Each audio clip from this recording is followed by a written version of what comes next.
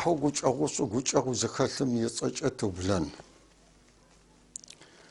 تجعل جاكو خر تسابي خر هجا شو بلاغو تخن يجن أدغاب زج أتخن يجن زغش أنم تفيجت عرصة زفز وحذر شي ثب قبزة شي ندى الفبزة شي ثب قد حابزة ززوز أين شفايمة زفز وحذر البرابس أو دتخالتيت أزغو حذرين فاي زر وزقوس وتوز أرب خانم بايج أحرف ززوز أنم فاي اتأنرير سودت خانم بايا اتأنر دتخالت خانم فاي ياشنر دتخالت سكوري شوي أنفاي أينك أبغاك شغو شغو زم أدقى بشاء أكر يطنرم أدقى بشاء ياقا واج أكر ياشنرم آقا واج أكر آقوشاء أكر معانو يا أكر آكر زو حذرن فاي هيج شو بلاغو زل فتو زل وجو قد تشتك دستكر قد تشتك تلتج قزاري حرم فديزو.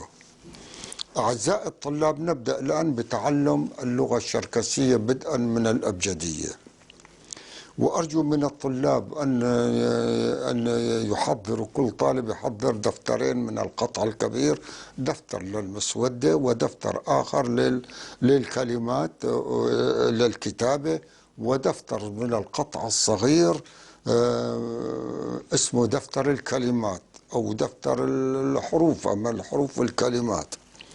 القطع الصغير بينقسم 3 أقسام، القسم الأول الكلمة، القسم الثاني لفظ الكلمة بالحروف العربية ما تيسر كما يفهم كل واحد، والقسم الثالث المعنى باللغة العربية. ونتمنى من الطلاب الذين يريدون تعلم اللغة الشركسية ومن الطلاب الشراكس الموجودين في جمهوريات القوقاز المختلفة مثل قبردينة بالقارية قرشا تشركسك أدقسكي حتى شاب صغرايون أن يتعلموا اللغة العربية، وخصوصا الطلاب اللي بيهتموا بالشريعة الإسلامية وبالسنة الشريفة، وطلبوا منا كثير هالطلب هذا. أعزائي الطلاب نرجو لكم أن تتابعوا هذا الدروس، ونرجو لكم الاستفادة من هذه الدروس. نبدأ الدرس الأول بالحرف آ. الحرف آ مثل أي لغة أول الحروف، والحرف آ عند الإسلام له قدسية خاصة. الحرف آ هو اسم آدم أول البشر يبدأ بآ، وأول حرف من القرآن نزل اقرأ كمان حرف آ، وكمان من أسماء الرسول أحمد صلى الله عليه وسلم بالحرف الآ. والآ حرف الآ يكتب مثل حرف الآ الإنجليزي بالضبط، وهو في أول الكلمة يقرأ مهموزا، وفي نصف الكلمة يقرأ مد، يقرأ مد مد. مثلا أتاقة أول الكلام ألف، وبعد التاء في ألف ثانية بس ما لفظة مهموزة اللي بنص الكلام، لفظة مد لفوق. إذن حرف الآ يقرأ مهموزا إذا كان في أول الكلمة، ومد إذا كان في منتصف الكلمة. وحرف الآ في حرف كبير وحرف صغير، حرف كبير وحرف صغير، لأنه الحرف الكبير يبدأ بالكلمة بالأسماء، أسماء الأعلام وأسماء الأمكنة أسماء الأشخاص، راح يجي وين كنت تكتب الأسماء الكبيرة الأحرف الكبيرة في دروس القادمة، أول الأحرف الكبيرة في الدروس القادمة. إذن مثل الآ بالإنجليزي بالضبط، ويعمل عمل آ باللغة العربية، يقرأ مهموز في أول الكلام ومد في نصف الكلام. وقلنا حرف الآ في حرف آ كبير وحرف آ صغير. الآن ننتقل إلى الحرف الب.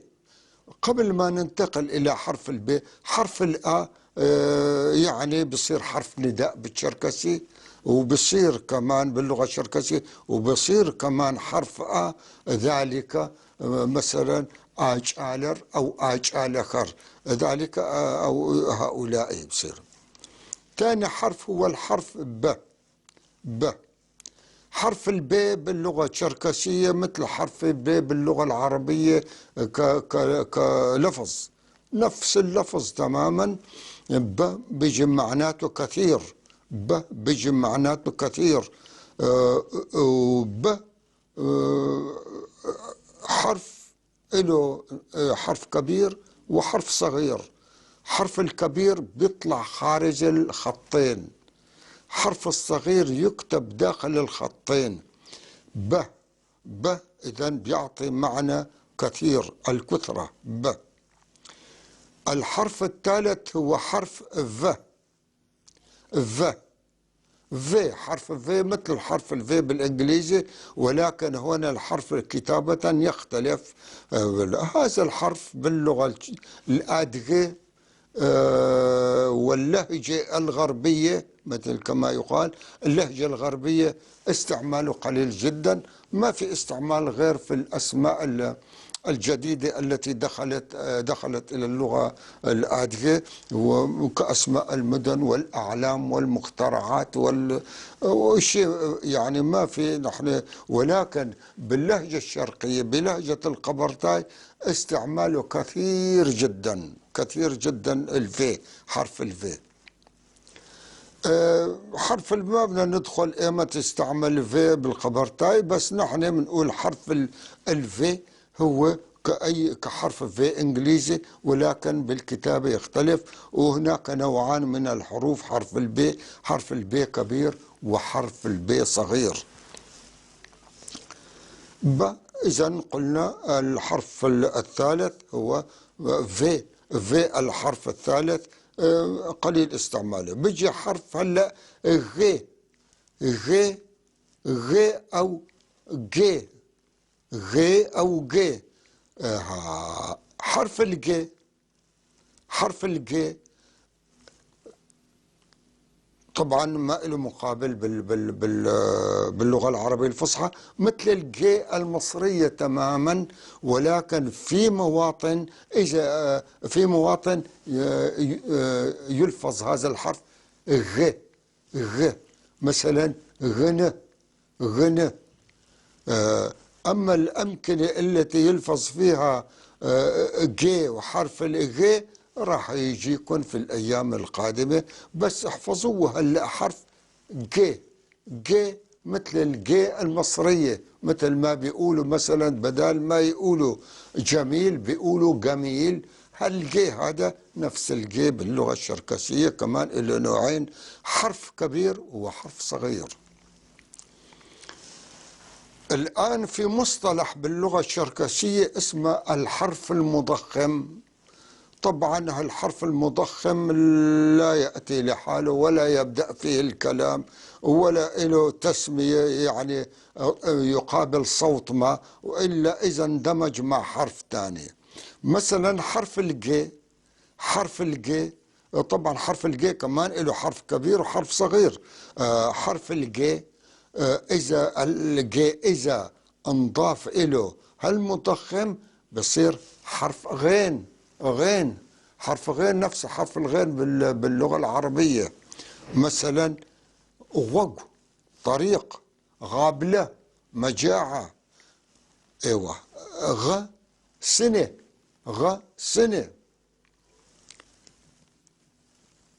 إذا حرف الجي إذا أضفنا له المضخم اللي ذكرنا بصير غين. هالمضخم هذا بيلتقي مع عدة حروف وبيضخمها وبيعملها يعني مضخمة. راح يمر معكم كيف بيعمل المضخم. طبعا حرف الغاء له نوعين من الكتابة، الحرف الكبير والحرف الصغير. الحرف الكبير والحرف الصغير. غ كما قلنا معناته السنة، معناته سنة، غ سنة. بعدين بيجي حرف الدال. حرف الدال مثل الدال بالعربي نفس المفعول تماما، يعمل عمل الدال باللغة العربية وكمان بالإنجليزي. حرف دال الد. د د يعني معناته باللغة الشركسية فعل أمر من خيط. فعل أمر د خيط، يعني لك فعل أمر د خيط. وهذا الدال كمان له نوعين من الكتابة، حرف كبير وحرف صغير. حرف كبير وحرف صغير.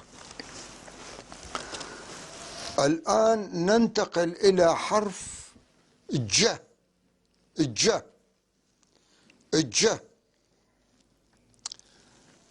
الدال لما بيجي وراه حرف الجيم، حرف الزي عفوا، الدال لما بيجي حرف ج بصير الج.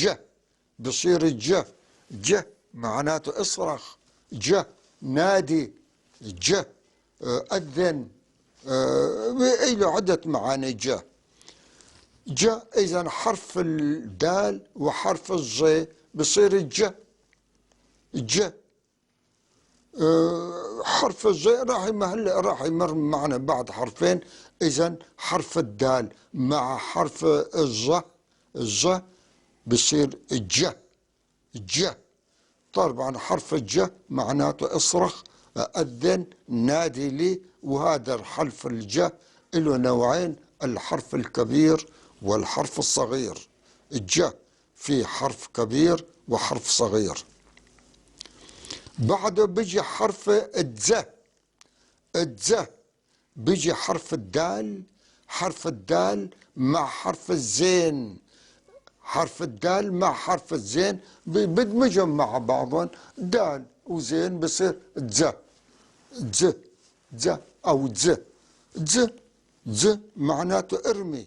دز القي، يعني ارمي دز. إذا حرف الدال مع حرف الزين بصير دز. بصير دز. بعدين بيجي حرف الدز كمان له نوعين من الكتابة، حرف كبير وحرف صغير. هذه الحروف المركبة يعني ديروا بالكم عليه، احفظوا كويس، كتير كتير ضروري مشان تحكوا لغة سليمة. يا معناته سوء، يعني يا معناته شيء ما بيسوى، يعني خبر سيء أو حادثة سيئة. يا كمان بيجي معناته طين. ياقوى طيان اللي بيطين الحيطان. يا معناته طين فعل أمر. يا وحرف الياء كمان له نوعين من الحروف، من نوعين، حرف كبير وحرف صغير. يا بعدين بيجي حرف الج. الج حرف الج. الج معناته تم. الج معناته تم بالشركسي. ج ج يعني ج خفيفة، لأن في وراها ج ثقيلة. ج ج معناته تم بني آدم. ج لما بيجي بعد الج حرف المضخم بصير ج. ج وكأن عليه شدة أو شدتين فوق بعضهم. الج ج معناته قلي، خبز، بهالمعنى الج، قلي أو خبز. الج حرف الج لما في حرف، قلنا هناك في حرف مضخم وفي هون كمان حرف مخفف. حرف مضخم وفي حرف مخفف بالمقابل. المضخم بيضخم الكلام، المخفف بيخففه، بيعمل السلس ناعم، لفظ سهل. طبعا حرف المخفف مثل حرف البي بالانجليزي، الحرف البي الصغير بالانجليزي. لما بيجي هالحرف المخفف ورا الج بصير الج. انتبهوا، الج لما بيجي المضخم بعدها بصير ج يعني شد عليها. اما لما بيجي المخفف بصير ج بج معناته بكير، ج معناته هواء، هواء او باكر الج. اذا لما بيجي المخفف ورا حرف الج بيخففه بيعملوا سلس بصير الج. لما بيجي المضخم بصير ج. ايوه. الحروف هنا اليوم انتهى درس الحروف. بدنا نعطيكم بكل درس بواقع 12 حرف. هالحروف مشان تمروا عليهن مرور الكرام، إذا تحفظوهن بيكون ممتاز، لأنه بالقراءة المقبلة بده يجينا كل درس بحرف. الدرس كله يدور حول حرف واحد، وبيجيبوا الكلمات اللي فيها الحرف بشكل بأوله بنصه بآخره إلى آخره. معلش إذا حفظتوا هالكلمات هالحروف بيسهل عليكم قدامكم كتير كتير، بيسهل عليكم. إذا نبدأ من أول وجديد. الحرف آ يلفظ مهموزا إذا أتى في أول الكلمة، ومد عادي إذا جاء في منتصف الكلمة. له نوعين من الكتابة، الحرف الكبير والحرف الصغير. كل الحروف الكبيرة باللغة الشركسية تأتي في أول الكلام، بدك تحط نقطة تبدأ بالكلام حرف كبير. أسماء المدن، أسماء الأعلام، أسماء الأمكنة، أسماء الأنهار المشهورة إلى آخره. حتى أسماء الحيوانات اللي بنسميها نحن مثل أسماء كمان بينكتبوا حرف كبير. إذن حرف الآ. الحرف الثاني هو حرف الب. الحرف الثاني هو الحرف ب. ب يقوم مقام مثل الب باللغة العربية. له نوعان من الكتابة، حرف كبير وحرف صغير. ب بالتشركسي ب معناته كثير، ب كثير يعطي معناته الكثرة. الحرف الثالث هو حرف ف. حرف الف باللغة الشركسية باللهجة الغربية استعماله قليل جدا. باللغة ما له استعمال، له استعمال بالكلمات المستحدثة، الكلمات الجديدة الواردة اللغة، كما ترد في مثل كلمات تكنولوجيا، كلمات العلم الفلك، كلمات الكذا، كلهم بدك تلفظهم كما هي. ولكن كاللغة الشركسية ما في حرف الف. وموجود حرف الف بكثرة بلغة القبرتاي، بكثرة موجود بلغة القبرتاي حرف الف. طيب حرف الف له نوعين أيضا، حرف كبير وحرف صغير. بيجي بعضه حرف الج، ج أو غ، ج أو غ. طبعا الحرف هذا ما له معنى، يعني ما لحاله ما له معنى. في له الجي مثل الجي المصرية بالضبط، والجي له نوعين من الكتابة، نوع حرف كبير وحرف صغير. بعد حرف الجي في حرف المضخم. حرف المضخم مضخم الحرف. مثلا حرف الجي حط له الحرف المضخم بصير غين، حرف غين، غ سنة، غ سنة، غ كمان صيف، سنة بيجي معناه صيف. أما غمافة ما في يوم، الاسم الأساسي غ سنة، غ سنة. غ صيف. حرف الغين كمان له شكلين من الكتابة، الحرف الكبير خارج السطرين والحرف الصغير داخل السطرين. طبعا هذا لازم يكون اللغة الشركسية تكتب بنفس الدفاتر باللغة الإنجليزية، في بين السطرين، في خارج السطرين، فوق وفي تحته كمان. غ إذن في غ كبير وغ صغير. بعده بيجي حرف الدال د. د د حرف مثل حرف الدال بالعربي، مثل حرف الدال بالإنجليزي. الد لحاله بيجي فعل أمر بمعنى خيط. د بيجي معناه خيط، فعل أمر د. وإله نوعين من حرف كبير وحرف صغير، حرف كبير وحرف صغير د. الآن في حرف ج. دال وظ، دال وظ بصير الج. الج اصرخ عيط، يعني دال وجيم. الج مثل بالانجليزي بيحطوا الدال والجيم في كلمة بريدج. بريدج دال وجيم، بريدج جسر. هون كمان دال وجيم بنفس الترتيب. الج معناته اصرخ عيط. ج دال وجيم فوق فتحة. طبعا هذا الحرف هذا الحرف مؤلف من حرفين، دال وجيم يلفظ حرف واحد. ج ج الدال والجيم مدموجين مع بعضهم. طبعا له نوعين كمان، الحرف الكبير والحرف الصغير. هذا حرف مزدوج ثنائي بيقولوا له، حروف مزدوجة. ج ز. الز دال زائد زين.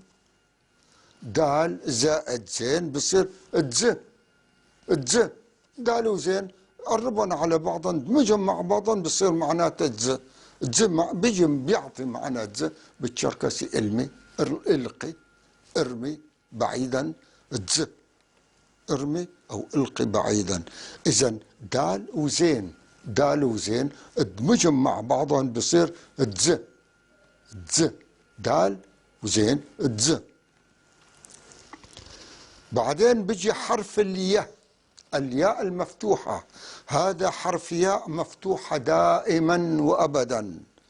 حرف الياء مفتوحة دائما وأبدا، ما بيجي غير مفتوحة، لأنه في حرف ياء تانية مكسورة. حرف الياء مفتوحة دائما إلى نوعين، حرف كبير وحرف صغير. ياء معناته سيء، يعني ما بيشوى بهالمعنى. يه لحاله. يه بيجي معناته كمان فعل أمر. طين، طين مثلا طين الجدار. دبقر يه. يه يه طين لا على التعيين. يه. بعدين بس بيجي حرف ج.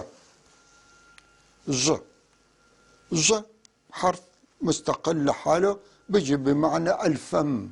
ج الفم. ج الفم.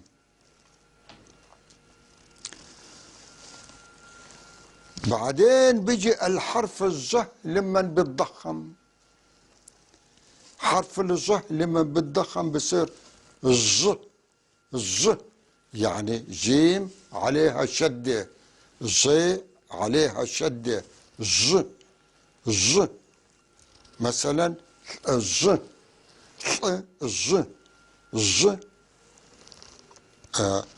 كمان الج بالج بيجي معناته قديم. الج معناته قديم. إذن الج والتضخيم بصير الج مثل الج، ولكن هاي مثل ما بتقول عليها الشدة ثقيلة يعني. الآن نجي لحرف المخفف. حرف المخفف اضطرينا نحطهم هون مشان اجا وردوا بالحروف هون مشان تعرفوا عملهم. حرف المخفف هو مثل حرف البي الصغيرة بالإنجليزي، ما بيجي بأول الكلام أكيد، بيجي مع الكلام. مثلا إذا بنحطه مع الظ بيعمل الحرف ناعم لطيف سلس، بصير ج.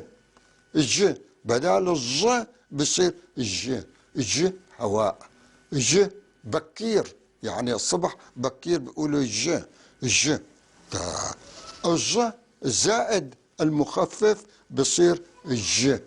ج. ج معناته بكير. كمان منعيد الحروف للمرة الثالثة أعزائي الطلاب، مشان تلحقوا تكتب الحروف ومشان تلحق هي أيضا تحفظوا الحروف. أولا الحرف ألف له نوعين، حرف كبير وحرف صغير. الحرف الألف يأتي إذا جاء في أول الكلمة يلفظ مهموزا، وإذا جاء في منتصف الكلام يلفظ مد مثل العربي بالضبط. بعدين بيجي حرف الب، بعدين حرف الج، بعدين حرف الغين، وبعدين حرف الدال، بعدين حرف الجي. دال وجي بصير الجي. الجي دال وجيم بصير الجي. بعدين حرف الز، دال وزين بصير الز. ي ج ج. حرف التخفيف، حرف التخفيف الج مع التخفيف بصير الج. بصير الج. أعزائي الطلاب، هنا ننتهي من هذه الحروف. أرجو أن تكتبوا هذه الحروف وتحفظوها جيدا. طبعا هذا الشيء بيساعدكم جدا في المستقبل بالقراءة. سلبقوكر تيجال جاكوكر اجي موجة تيديست شتوخ مع قصوا حرفكر دو شتكك يجي زواسك يجي أدغاب زيجا سوكش أنا مسواغش كوش يسواغش كوكوات تحصوغ بسوخ